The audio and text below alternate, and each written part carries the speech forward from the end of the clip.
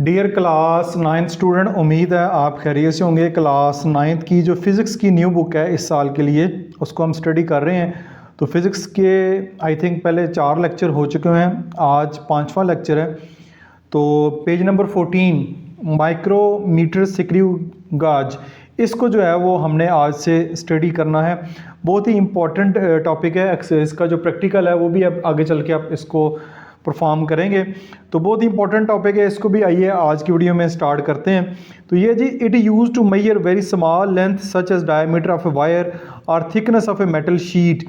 अब ये जो है वर्नियर कैलिपर से भी ज़्यादा जो स्मॉल मेजरमेंट है उसके लिए इस्तेमाल होता है। ख़ास तौर पे देखा जाए डायमीटर ऑफ ए वायर, किसी भी वायर की जो वायर है उसका डायमीटर फाइंड करना, या किसी भी मेटल शीट की थिकनेस, मोटाई फाइंड करना।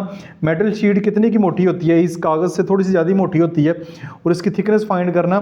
तो अगले पेज के ऊपर आपकी बुक में ये माइक्रोमीटर स्क्रू गेज जो है उसकी डायग्राम भी दी गई है। इसको डायग्राम को भी साथ साथ हम स्टडी करते हैं और साथ साथ जो है वो रीडिंग भी देखते हैं। जो इंपॉर्टेंट बातें हैं उनको भी साथ साथ हम स्टडी करते जाते हैं।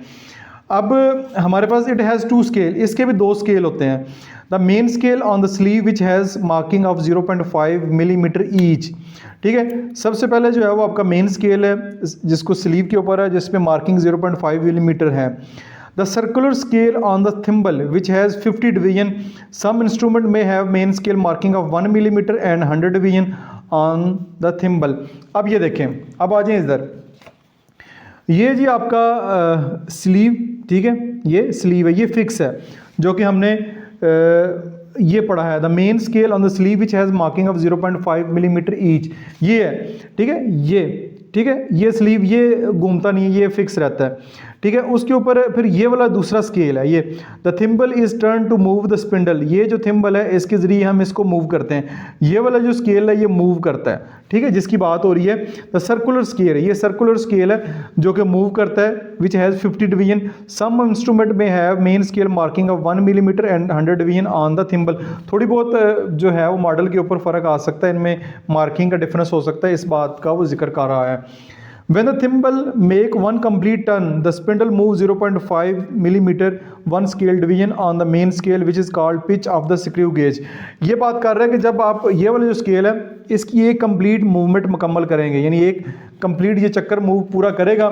The thimble makes 1 complete turn, जो थिम्बल जो है वो एक कंप्लीट जो है वो टर्न इसका जब मुकम्मल हो जाएगा तो with the spindle move 0.5 millimetre 1 scale division, यानी 0.5 मिलीमीटर जो है वो आगे की जानब ये मूव करेगा, जो कि इसकी पिच भी कहलाता है। The main scale which is called pitch of the screw gauge, यानी स्क्रू गेज की पिच कहलाता है। दस इट्स लीस्ट काउंट। अब अगेन इसकी भी जो है लीस्ट काउंट जो है वो ज़रूर हमारे पास होगा। लीस्ट काउंट है, इसका फार्मूला आपको पेपर में आ सकता है। Pitch of the screw gauge की पिच कितनी है वो यही है, 0.5 millimetre. Number of division on a circular scale, number of division जो सर्कुलर स्केल के ऊपर 50 हैं, ये ऊपर बात की हुई है इन्होंने। थिम्बल विच हैज़ 50 डिवीजन उसकी बात की हुई है। इन दोनों को डिवाइड करेंगे तो 0.01 मिलीमीटर आपके पास इसकी लीस्ट काउंट आ जाएगा। ये स्क्रू गेज का जो है वो आपके पास लीस्ट काउंट आ गया। The parts of screw gauge are shown in fig 1.5। इसके जो पार्ट्स हैं जो कि हम स्टडी कर रहे हैं वो हमें इस पेज के ऊपर आपको आगे नज़र भी आ रहे हैं। दोबारा मैं दिखा देता हूँ। The object that has to be measured is placed between the anvil and the spindle. ये आपके पास एनवल है, ये फिक्स है, ये मूव नहीं हो सकता। ये स्पिंडल है, ये घूमता घूमता जो है आगे फिक्स होता है। यहाँ पे आपने कोई भी चीज़, पेंसिल है, शीट है, कोई तार है जिसका डायमीटर आपने फाइंड करना, वो आप यहाँ पे रखेंगे और ये इससे जो रैकेट से ये इससे आप इसको घुमाएंगे और ये इसकी आवाज़ आएगी। The racket prevent over tightening by making a click sound, यानी इसकी क्लिक साउंड आएगी जब ये पूरी तरह टाइट हो जाएगा। आपने बहुत ज़्यादा टाइट भी नहीं करना, ख़राब भी नहीं करना, और रेडी टू रीड हो जाएगा। जब इसकी क्लिक की आवाज़ आ जाएगी तो रेडी टू रीड हो जाएगा। बाकी थिम्बल की बात होगी, स्लीव की बात होगी, स्पिंडल की भी बात हो गई है। ठीक है, ये आपके पास इसकी डायग्राम है। अब लिमिटेशन ऑफ मेजरिंग इंस्ट्रूमेंट, इनकी लिमिटेशन क्या है। मेजरिंग टेप हमने पढ़ी है, इसकी range 1 centimetre to several metre है और लीस्ट काउंट इसका 1 मिलीमीटर है, छोटी से छोटी मेजरमेंट। फिर हमने मीटर रूल की बात की है, 1 मिलीमीटर से 1 मीटर तक है, ये 1 मिलीमीटर इसका जो है वो लीस्ट काउंट है। फिर वर्नियर कैलिपर का जो लीस्ट काउंट है 0.1 मिलीमीटर है। अब ये जो है माइक्रो स्क्रू गेज, इसका जो है लीस्ट काउंट 0.01 मिलीमीटर, यानी इससे भी आगे है, इससे भी जो है आगे 10 जो पॉइंट है वो मज़ीद जो है वो एक्यूरेसी जो है वो आपको दे रहा है। तो ये लीस्ट काउंट आपको पता होना चाहिए, पेपर में आपसे पूछे भी जाएंगे और मुख्तलिफ जो न्यूमेरिकल सॉल्व करेंगे प्रैक्टिकल के अंदर वो भी आपको करने पड़ेंगे। तो ये इसकी कुछ ब्रीफ इंट्रोडक्शन हमने दे दिया और इसका लीस्ट काउंट बता दिया। जो जो इससे आपको नज़र आ रहे हैं वो भी मैंने आपके साथ शेयर कर दिए हैं। नेक्स्ट फिर हमारा जो टॉपिक है वो चेकिंग फॉर ज़ीरो एरर। अब आपने ज़ीरो एरर इसकी चेक करनी है। अब ज़ीरो एरर जैसे कि पहले था, हमने वर्नियर कैलिपर की बात की, उसमें भी ज़ीरो एरर होती है, या बैलेंस को भी चेक किया जाता है पहले, तो इसके में भी ज़ीरो एरर जो है वो निकाली जाती है। वो कैसे करेंगे? If the zero of the circular scale coincide with horizontal line there is no zero error. अब देखें ये आपके पास ये आपके पास स्लीव है, ठीक है, जो घूमता नहीं है। ये आपका सर्कुलर स्केल है, स्पिंडल है, थिम्बल है, जो कि घूमता है। जब इसको प्रॉपरली आप बंद करेंगे, जब ये देखें ना इधर बंद नहीं है, ये खुला हुआ है, जब इसको प्रॉपरली बंद करेंगे तो ये वाला ज़ीरो इस ज़ीरो के साथ प्रॉपरली कंसाइड करना चाहिए। जब ये प्रॉपरली जो है वो कंसाइड कर जाएगा तो फिर इसमें कोई ज़ीरो एरर नहीं। कंसाइड से मुराद बिल्कुल ऐसे जो है ये आप ज़ीरो के ऊपर जो वो ज़ीरो आना चाहिए। तो जब कंसाइड हो जाएगा फिर कोई ज़ीरो एरर नहीं।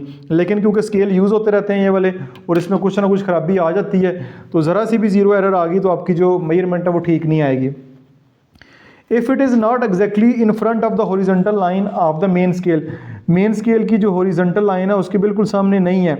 On joining the anvil and spindle, जब एनुअल स्पिंडल को हम जोड़ देते हैं, then there is a zero error in the screw gauge. जैसे ये आपको नज़र आ रहा है, जब इसको ज्वाइन किया ये ज़ीरो है, यहाँ पे ये 5 के ऊपर है, ठीक है, ये 5 के ऊपर आ गया, तो इस स्केल में इसमें जो मेजरमेंट आएगी वो ठीक नहीं आएगी।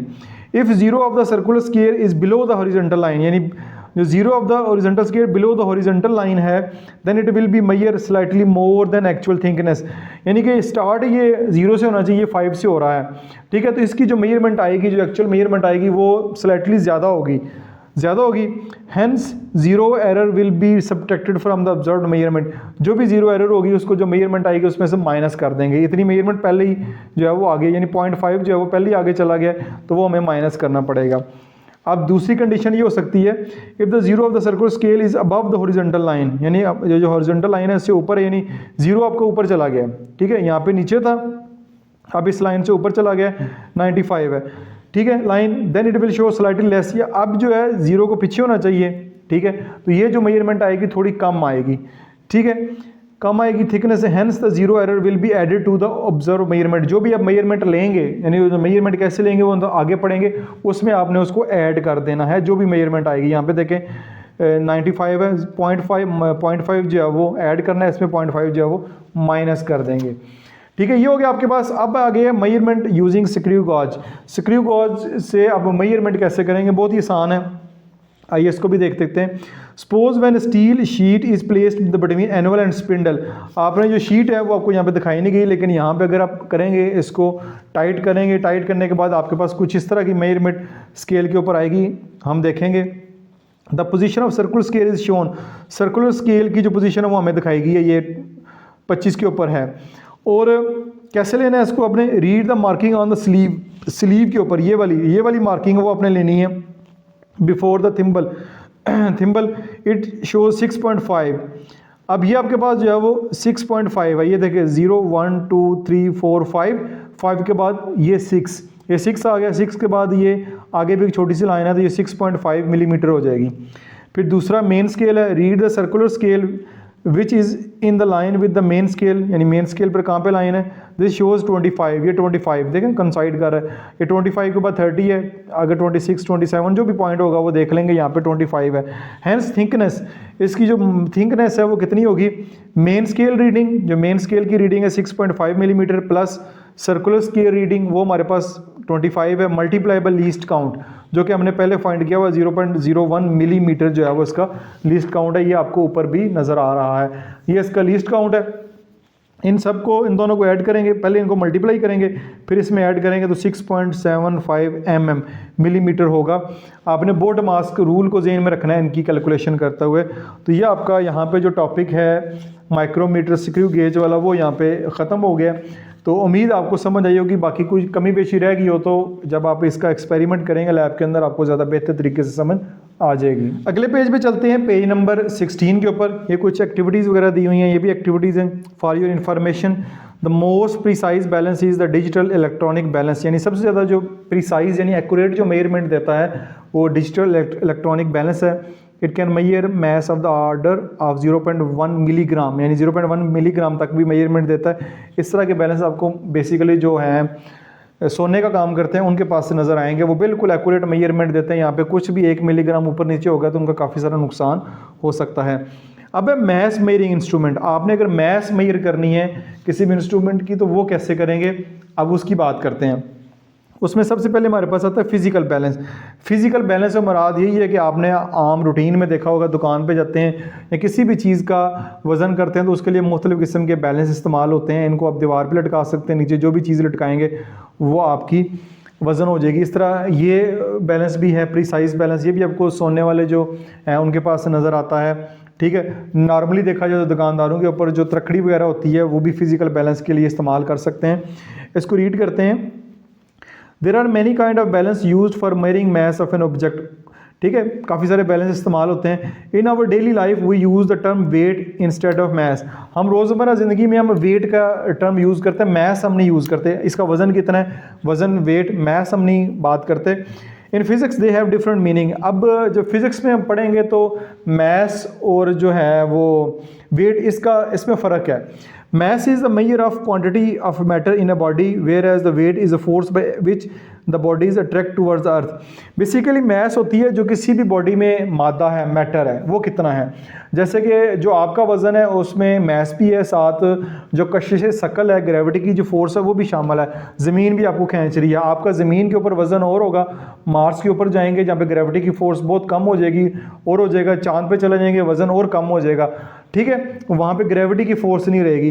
तो ये वाला क्वेश्चन पेपर में लाजमी छोटा सा आता है कि what is the difference between mass and weight, जिसको आगे चल के भी हम पढ़ेंगे, लेकिन थोड़ा बहुत मैंने यहाँ पे भी आपको एक्सप्लेन कर दिया है कि मैस बिल्कुल जो है वो आपकी बॉडी का जो मादा है वही है, उसमें ग्रेविटी की फोर्स शामिल नहीं है। जैसे ग्रेविटी की फोर्स शामिल करेंगे तो आपका फिर वो वज़न हो जाएगा, फिर वज़न थोड़ा सा ज़्यादा हो जाएगा।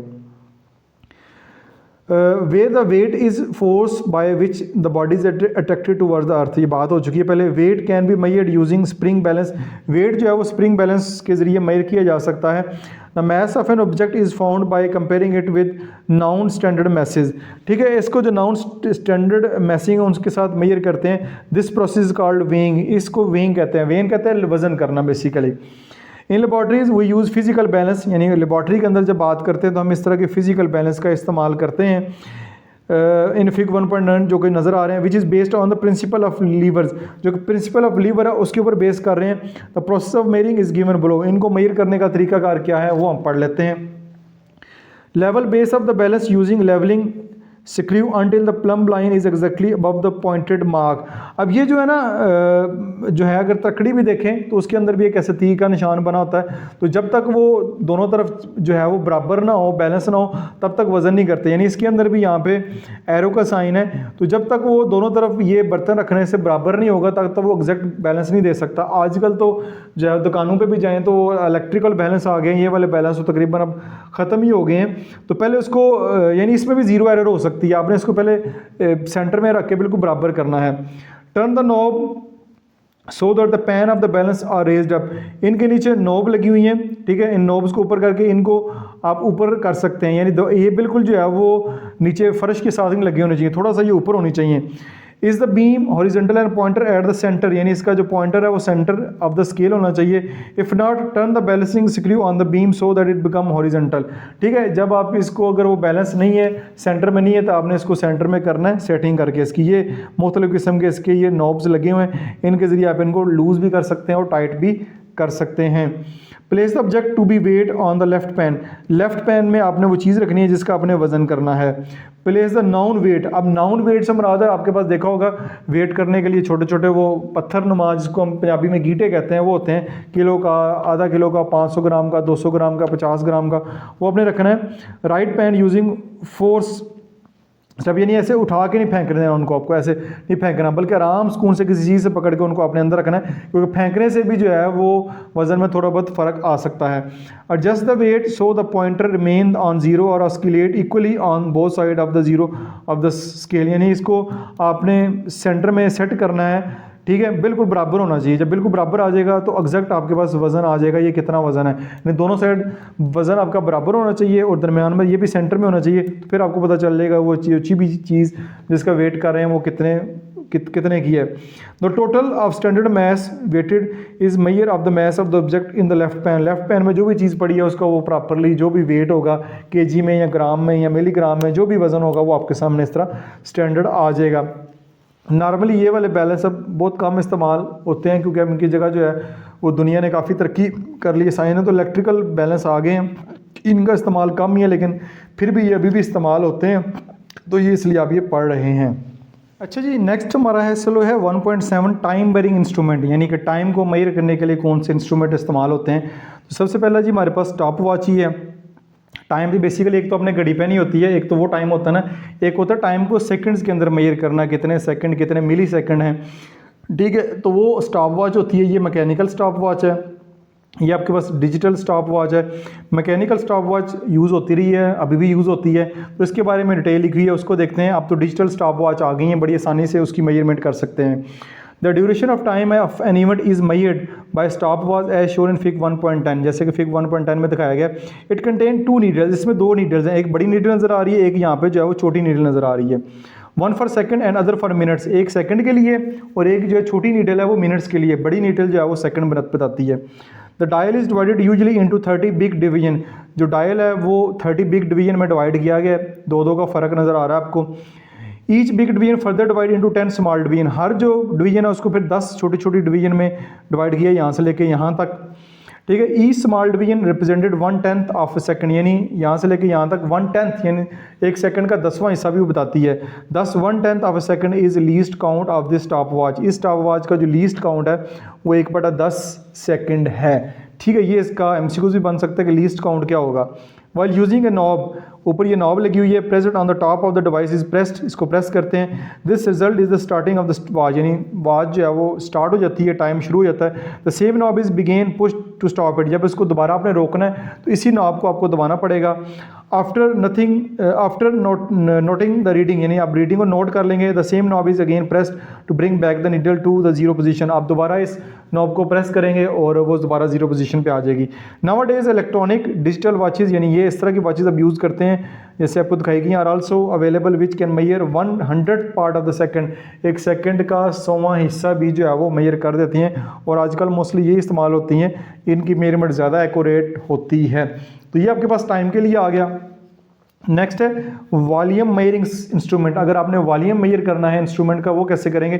ये आपके पास मेजरिंग सिलेंडर है, सिलेंडर नुमा है, ठीक है। इसमें कोई भी लिक्विड टाइप चीज़ डालेंगे तो उसका जो वॉल्यूम है वो मेजर हो सकता है, ठीक है। इस सिलेंडर का भी मेजर हो सकता है। इसके अलावा जो आपके नॉन डिजॉल्वेबल सॉलिड है, ऐसे जो पत्थर है छोटा सा, उसका अगर आप वॉल्यूम फाइंड करना चाह रहे हैं तो वो भी फाइंड कर सकते हैं।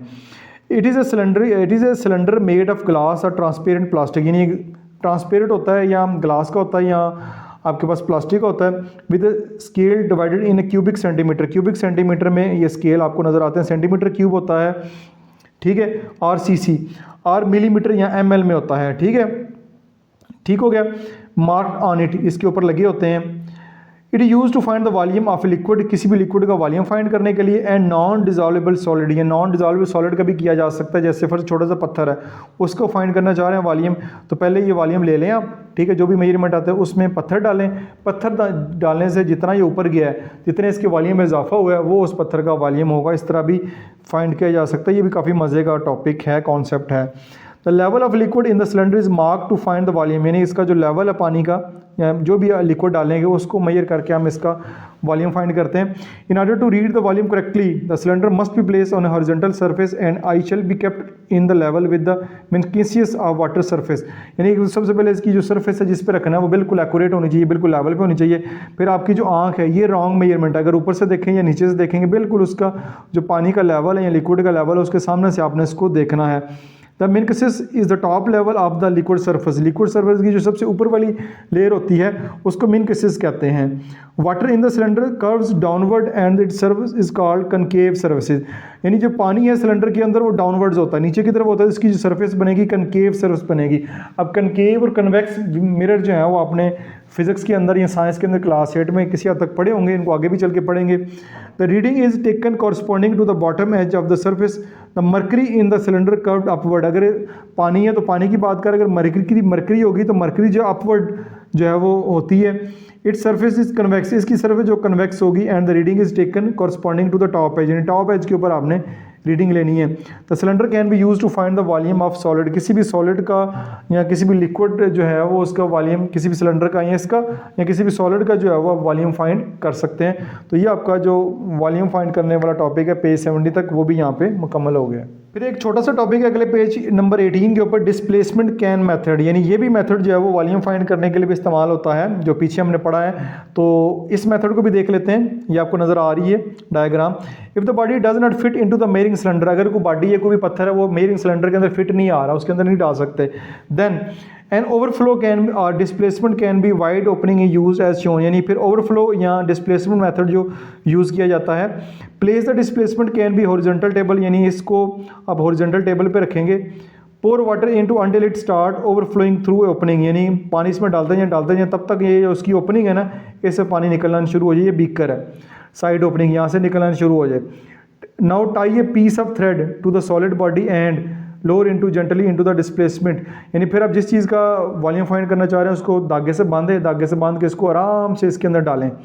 डालने के बाद जितना भी पानी ओवरफ्लो होकर इधर आएगा, उसको पीछे जो मेयरिंग सिलेंडर पड़ा है उसके अंदर डालेंगे, तो इस पत्थर का जो वॉल्यूम है वो फाइंड कर लेंगे। यही बात उन्होंने आगे भी की है। The water or liquid is collected into the beaker and its volume is measured by the measuring cylinder, this is equal to the volume of solid body, उसका हो जाएगा।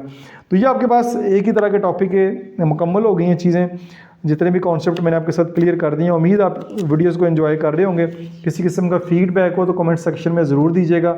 और इसके अलावा क्लास 9th की भी वीडियोस मेरे चैनल के ऊपर अपलोड हो चुकी हुई हैं। मैंने चैप्टर 1 मुकम्मल कर दिया हुआ है और चैप्टर 2 स्टार्ट किया हुआ है, तो उसको भी ज़रूर देखिएगा। अपना बहुत सारा ख्याल रखिएगा। दिस इज मासूम बशर साइनिंग ऑफ।